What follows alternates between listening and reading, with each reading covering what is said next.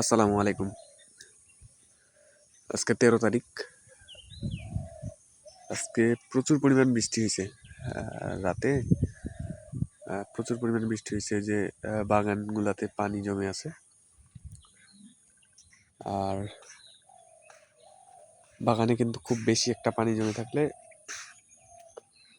সেটা মানে গাছের কালারটা চেঞ্জ হয়ে যায়, মানে এই যে হলুদ ভাবটা থাকে না, মানে হলুদ ভাবটা থাকে, সরি, সবুজ ভাবটা থাকে না। এই বাগানের পানিটা ওই পাশে একটা খাল আছে, ওইটাতে চলে যায়। আর বালু তো ওই জন্য শুকায় যায় তাড়াতাড়ি। যা হোক, লিচুর গাছের পাতাগুলো অনেক সুন্দর।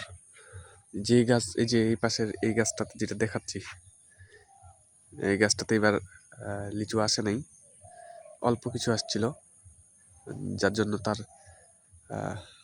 চেহারাটাই দেখেন অনেক সুন্দর হয়ে আছে। আর এগুলাতে নতুন পাতা আসতেছে, এগুলা হবে ওরকম। পরিবেশটা কিন্তু ঠান্ডা আর কি, আকাশটা মেঘলা। রাত্রে হয়তো প্রচুর পরিমাণে বৃষ্টি হইতে পারে, বোঝা যাচ্ছে।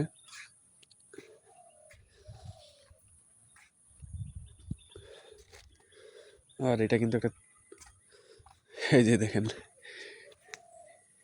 লিচু হারভেস্ট করার জন্য যে টুলটা ব্যবহার করি, ওই টুলটা আসলে টুল 3টা, ওই পাশে আরও আছে। এই যে এখানে একটা মেনিলা চেরির গাছ, মেনিলা চেরি চিনেন আপনারা? আমিও জানি না, শখের বসে লাগাইছি এটা। পাড়াগুলো দেখেন, গলাটা কেমন হয়ে গেছে আমার। আর খড় বিক্রি চলতেছে।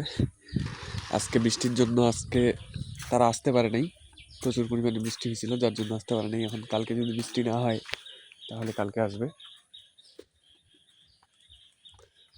এই যে দেখেন সবেদা গাছ, সবেদা ফল, যেই সবেদা ওই যে আপনারা অনলাইনে দেখেন বিক্রি করে, সাম্বি সবেদা, এটা কিন্তু গোল। তবে সবেদা ফল প্রচুর মিষ্টি।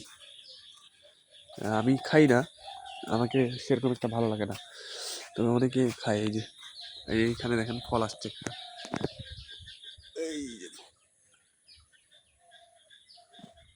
বড় ফল এখন নাই।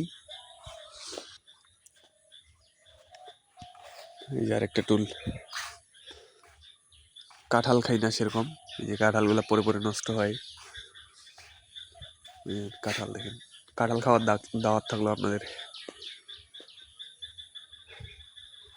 ভালো থাকবেন, সুস্থ থাকবেন, আল্লাহ হাফেজ।